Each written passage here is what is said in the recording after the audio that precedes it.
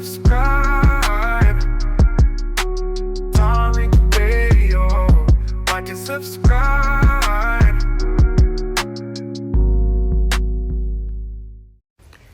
I've also come to realization that there are just certain allegations that I will never, ever beat with you guys. I came into this situation with the status because I have a child by a very successful artist, right? From then, I'm viewed as a certain type of woman because I'm beautiful and have a nice body. And normally women like that attract a certain caliber of men, which is also not my fault. And now that I am in yet another situation where I now have a child with another successful man, there's no telling you guys that I'm not a gold digger. You guys, it's no beating those allegations at all. The only thing that irritates me is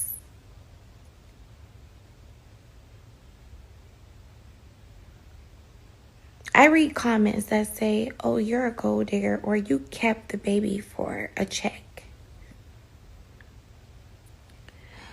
What if I came to y'all's pages, right?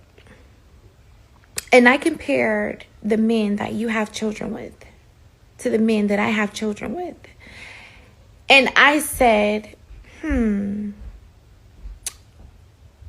were digging for poverty when you picked him to be your baby daddy, weren't you? Oh, you kept that baby for an extra income tax credit, didn't you? Or you kept that baby for a couple extra $100 in food stamps, didn't you? Or you kept that baby for an extra Section 8 voucher. Is that why you kept your baby? Now, if that was triggering, that's how I feel every time somebody says, do you even love that baby? You kept that baby for a check. What's up? I'm in the building. I'm in here, ladies and gentlemen. Let me give you a round of applause. Welcome to the Tap In with me, Tariq. Glad to have everybody tuning in, ladies and gentlemen. Glad to have you guys in the building. And we're going to do what we do. Boy, it's a lot of folks in here already. We got over 300 people in the first, 10 seconds? So we in here heavy already. Let me give some shout outs to some of the regulars up in the building, ladies and gentlemen. Let me give some shout outs. We got the Tethernator. We got our good brother FBA Furball in the building. We got Afro Elite, A. Michelle, Brother Arthur, Love I Am, Hoodoo, Brother Maroc, Nigel, Ellis, Trinity, Highland. Oh, so many more. Everybody's popping on in here. Sage, I see you, Sage. I see Sweets down there. Much respect to you guys. Everybody, if you can give a retweet, that would be great. Give us a nice, good retweet. That would be absolutely phenomenal. What's up, Lex? I see you over there, Miss Lex. I see Cousin Jerry in the building. Everybody give a round of applause to Cousin Jerry in the building. Y'all need to follow Cousin Jerry down there, ladies and gentlemen. Man, a lot of stuff. Media right. We got some of the right wingers in here. See your media right. That Nikah in the building. A lot of stuff we're going to touch on. You know what I want to touch on? Y'all know the rapper, the Lil Baby. He has a baby mother. Her name is Aisha Hunter. I think that's her name. Aisha Hunter. Beautiful sister. And this Aisha Hunter lady, didn't she have a baby by a football player? What's the guy's name? Because I don't really follow sports like that, even though I got a lot of friends who play for the NFL and sports teams. I don't really follow it like that. Y'all help me out. What's the guy's name that Aisha Hunter had a baby by? What's that guy's name? If you know his name, can you raise your hand real quick? Aisha Howard. I said her name is Hunter. No, her name is Aisha Howard. Aisha Howard. Let's get that the car in here. Aisha. Her name is Aisha Howard. My bad. What's up, Dat? Basketball player Anthony Edwards. Oh, he's a basketball player. Okay, all right. And how old is he? Anthony Edwards he's going on about 23. He's a very Oh young man. man. Oh yeah. Okay. Oh yeah. Yeah. They getting him young. What team does he play for? He plays for the Minnesota Timberwolves, sir. Okay. And how ain't she like 40? She's 39. Okay. Yeah. Okay, that's what I thought. Okay, thank you so much. So yeah, so she's damn near 40 and she got, two babies by two very young dudes. The rapper Lil Baby is like 30, right? So the narrative was the guy who plays the basketball player. They said that he just did one big child support payout, like 1 million and something. He just gave her one big lump sum and like, yeah, I'm done with it. So a lot of people were upset with Miss Aisha. A lot of people were upset with her, and she did a video, and she was kind of stunting on people. She was like, "Look, look, I'm beautiful. I got a nice body. The y'all think it's gonna be out here? Come on, why y'all mad at a bitch? Yeah, that's what I do. I can't help it that the men of means choose me. I can't help it. Are y'all mad because y'all dating broke niggas? I mean, I'm paraphrasing, but she was on that. She was stunting a little bit. She was like, I mean, some of y'all baby daddies, y'all, I choose wealth and y'all choose struggle. Well, so she was pissing a lot of people off. Boy, she was pissing people off. And she's a good looking sister. She's a very good looking sister, a nice chocolate brown sister. She might have had some surgical enhancements, but hey, that's not a complaint. People say that like, oh, she didn't have to her ass and titties done. And I tell y'all, family, when y'all say that, that don't stop that don't stop nobody from taking them to Pound Town. I don't know what makes y'all think that's going to stop the pounding. Like, you like that? Them titties ain't even real. Um, the sucking on them will be real though. Are you insane? Those things are gonna get sucked on. That's not a deal breaker. You say that like like we're just gonna turn it down. No, there's gonna be a one-way trip to Pound Town. But she was stunting. And I'm not mad at her. I'm not mad at her. Like I've been telling people, the MILFs are winning. The Cougars are winning. Y'all gotta respect the game. I'm a big respecter of the game. The game is what it is, and if somebody's in the game winning, I pop my collar to them. And we have a new thing with trophy cougars out here, family. We got trophy cougars out here. And I talked about this when I was in Atlanta. I saw a lot of the trophy cougars, a lot of these cougars out here. Um, these older women running around Atlanta fly with young dudes. I'm not mad at them. Now, why are these women, these trophy cougars out here catching? Remember Drea from the Loving, is she from like Loving Basketball Wives, one of them shows, but Drea Michelle, she she's another one. She get them youngins. A lot of people were critical of her, but she's pulling. She looks good, body's still popping, and they scooping these little old ballers up. Now, why are the trophy cougars winning like this? See, y'all, instead of hating the game, appreciate the game, study the game, see what works, see why these people are winning. Ladies, where you at, ladies? Let me talk to some of the ladies in here.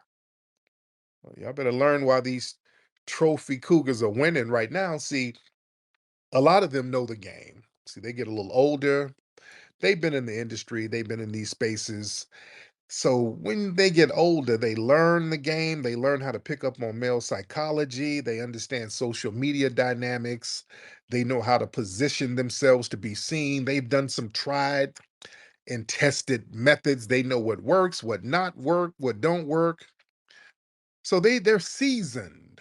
They learn from their mistakes. They learn how to be strategic. They know how to maintain attention. They know how to catch attention of certain dudes. You dig? While some of the younger women out here, some of the Gen Zs, they're trying to figure it out. You still, yeah, some of them are still dating dusty niggas. You haven't figured it out yet. And a lot of these women, man, we got to give it up to them. The Drea Michelles and the Aisha Howards, they look good. They still look good. And let's be real, man. eh, We see some of these millennials and some of these Gen X women, man, some of these women, and they'll have daughters and they look better than the daughters. Come on, man. We've seen a lot of situations like that.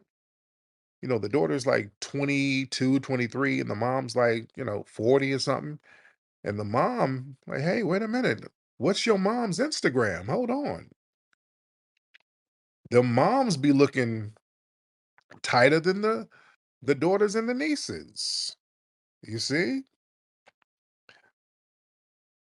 A lot of it is, cosmetic procedures. And again, that's not a deal breaker, but a lot of them, they understand certain skincare regimens. It is, they got their little money together, so now they can afford, better regimens for themselves. They know how to get in the gym a little bit more. They can get out there and walk a little bit more. They know good surgeons, you see? And these women, they got their bag. They got their own bag. And a lot of these, the Aisha Howards and Drea Michelles, um, they're coming to the table with endorsements and followers and things like that. So they got their financial game in order, the social media status. That can be appealing to a lot of young dudes. Because understand, here's the thing: a lot of these young dudes, see, the game is a little bit different. See, back in the day, the players would kind of be low key. Back in the day, and the players, you didn't want too much crazy attention. You kind of laid low. You kind of sat back in the cut. People just come to you. People knew how to find you to a degree. They knew how to find you.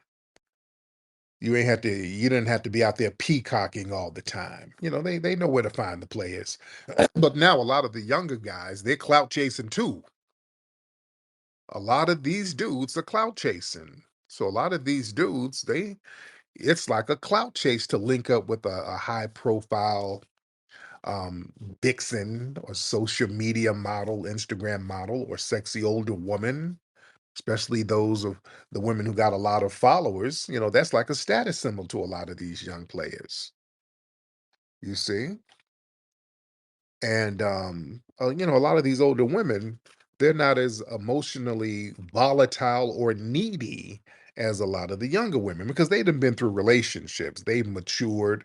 So they're not really tripping like the younger women will trip.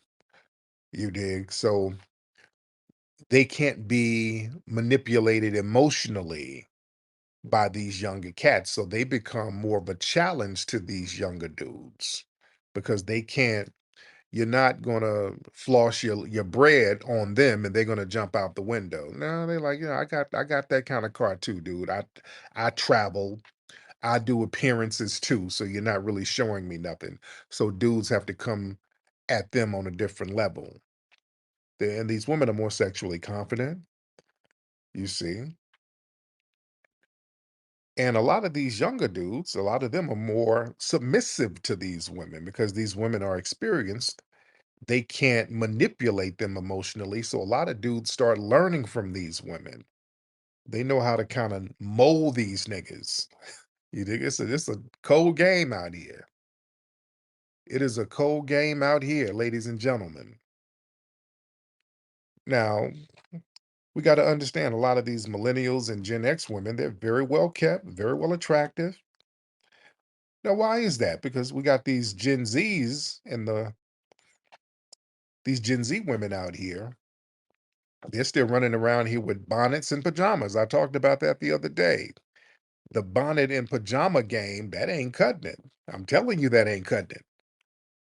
It's a different era, different standards. The millennials and the Gen X women, they came up during a time, when your appearance, and that was important. Yeah, yeah. It was very important how you walked out that house. You understand? You weren't supposed to walk out the house looking frumpy and crazy with shit on your head. Only hood boogers did that type of shit. So you were taught to kind of show up looking like something. You see, so a lot of people now from the new generation, they kind of push back on that. It's all about just comfort over glamour, you see. And there's that rebellious culture, like, hey, I don't feel like I need to dress up. When I go out, I'm just going to the stove. I dress up for the gram. See, that's what people do now. The only time people dress up now, some of the younger generation, you only dress up to get on the gram. You walk around your living room in your struggle apartment with the air mattress on the floor. You dress up for that, and then everything else you run around with bonnets and pajamas. And also another thing, man, the Gen X's and the millennials, you know what?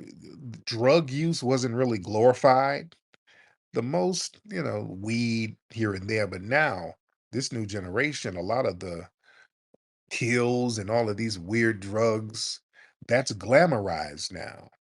So that takes a toll on people. That's why you got these younger women out here looking older. You're getting frumpier. It is, no, I'm not saying all of them, but that drug culture has a lot to do with the look and the vibes out here. You see,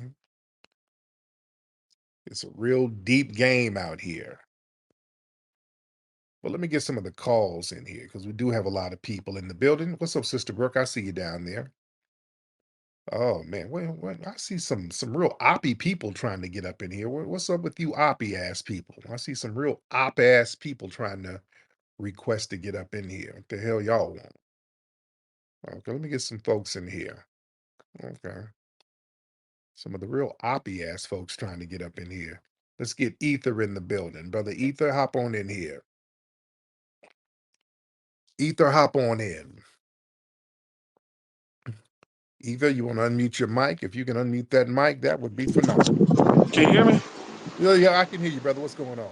What's good, man? How you doing, Flex? Man, I'm phenomenal. How are you, sir? I'm all good, bro, man. I just wanted to tap in with you. I just came in the room here. Peace and blessings to the room, everybody. Uh, Yes. I just wanted to get your opinion on. There's a story about this young black kid who got arrested. Apparently, allegedly he stabbed somebody, twin, and the white supremacists are going crazy online saying Oh that yeah. words. They're accusing the victim who got stabbed. They're accusing him of you know, probably being racist, allegedly. And they're Yeah. like, oh, words shouldn't offend people and all this stuff. And I'm just bringing up the fact that, well, you guys, y'all justified Jordan Neely being murdered, by Daniel Penny over some words. And y'all Right. supported Cal Rittenhouse. He's a 17-year-old who went around, he caught two bodies, and you guys praised him and made him heroes and everything. So I just wanted to get your thoughts on that, man. And I'll lay Yes. my plane there. Thank you. Yeah. So yeah, I've been hearing a lot about this story. More information is coming out, but from what I've gathered, it was a black kid. They were at some kind of track meet or something like that, or some kind of game. The black kid was sitting down, and the white kid, who some people are allegedly saying is a suspected white supremacist. I don't know. This is what people are saying. Said he stepped to the black kid and told him to get up or something like that, and then grabbed, allegedly, again, I'm hearing different stories, but I heard he grabbed his arm or his backpack or something where the white kid allegedly grabbed him, said some things to him, and the brother allegedly, from what people are saying, defended himself and then pulled out something and started chopping. So I don't know all the facts. More of the facts are coming in, and then the white student allegedly he died. So the right wing white supremacists, they're going nuts. Oh, oh, if it was a different race, if the races were reversed. Oh, no, if the races were reversed, y'all would be sitting there justifying it off the rip. Just like the gentleman who called. Um, Jordan Neely, same thing. Jordan Neely was using words and they sat there justifying him getting choked out. So they like to do these little double standards. And basically, all of it is to just justify the anti Black hatred that they already have. They just want to justify the anti Black racism that they already have. That's all that is. All right. Let's just get those hands up. What's up, Brother McCall? I see you down there. Nikki the God, I see you down there. Let's get those hands up, ladies and gentlemen. Let's get Darius in the building. Mr. Darius in the building. Darius, what's going on? Let's unmute that mic, Darius. Darius, where you at, brother? You got 5 seconds. And then we're going to move on. All right. Since Darius ain't saying nothing, let's get TJ in the building. TJ in the building. What's happening? What's up? What's up, T? Black quarterbacks dominating the NFL now. Who? Black quarterbacks dominating the NFL. Hey, that's cool in the gang, man. I ain't got no problem with it. And we got to get something to dominate your phone, man. Your phone is very janky. Got to do something about that phone. All right. Let's get let me see. C Corleone. Let's get C Corleone in the building. All right, C Corleone in the building. All right. Unmute your microphone if you can. Okay. Peace, brother Islam. My brother, how are you? I'm peaceful. I'm peaceful. If I may just address the forum with all due respect. Absolutely. I'm called 100 Fam Detroit Street Lawyer. I do a little different things in the entertainment world. I've been studying law 31 years. I was just acquitted of a charge July, excuse me, 16th of 24. I represented myself in which my brother accused me with officials of a crime in which I didn't commit. I was never legally charged, things of that nature. And I hear the conversation about racism, things of that nature. I mean, this is very true in America. We have to address these things, come together as men, like people protest or whatever. But when it comes to the law, once we learn the law, we know how to push the law, we can together as a unit of Asiatic men and our sisters, go against the regime to show them to be hypocrites in which they have always been. Mm. And, they like to judge people in this country saying brothers and sisters committed crimes. What about the tyranny and the racism and everything you have, you took by murder, rape, robbery, so on and so forth. Right. But I thank you for letting me speak, brother. My brother, And I man. would, right. I And I appreciate would you. like Oh, to, go yes, ahead. sir. And I would like to come together with Asiatic men as a collective whole because, see, no matter how rich or poor we are, they look at us all the same. Now, the same crimes that they've blamed R. Kelly for, P. Diddy, and all these other people, our people, we demonize them. But look at them.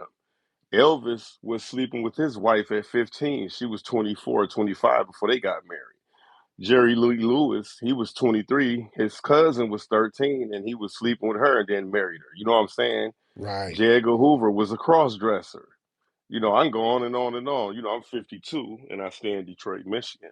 Shout out to the D. Shout out Yeah. to D. But thank you, brother. I appreciate you, man. Thank you so much, brother. Man. Well, shout out to that brother. He's getting his law game together. That's what's happening. We need that. We need that. He might as well go ahead and try to pass the bar. That'd be great. Try to pass the bar. Get that going because the brother sounds like he wants to get out there and spit some hot fire. We need a lot of us in professions. That's what we need. That's why I try to showcase. Oh, yeah. Speaking of that, do we have doctors out here in LA? Because I've been looking for because we're still doing Hidden Colors 6, and I want to talk to some doctors out here some black doctors out here who's certified out here in LA.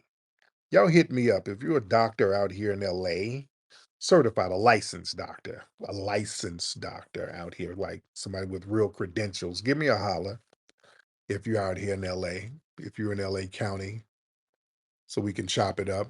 And because we got to get some medical experts to talk about the industry and things like that, some real certified people. So y'all email me. If y'all are listening, go to my profile. You'll see my email in my profile. Check out my email in my profile. All right. Sean, you in here, Sean? What's happening? Mr. Sean R., you want to unmute your mic? I am I'm here. How you good, doing, Sean. Tariq? How are you, buddy? I'm doing awesome. So I'm half Belizean, half FBA. I'm real nervous right now, but I respect my FBA brothers and You live sisters 1 you live in million LA? percent. No, Okay, I'm in yeah, a lot of Chicago. Belizeans. So I'm born in Yeah, Chicago. a lot of Belizeans are in either in LA or Chicago. But go ahead. Yeah.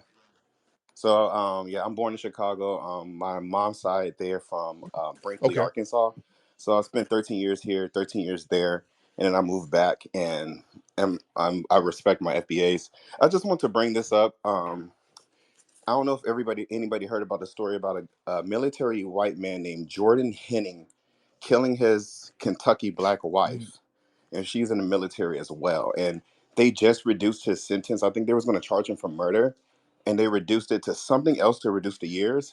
But then our black brother, I forgot what state he's in, they tried to charge him for having his child at McDonald's, and he's trying to do something better for his life.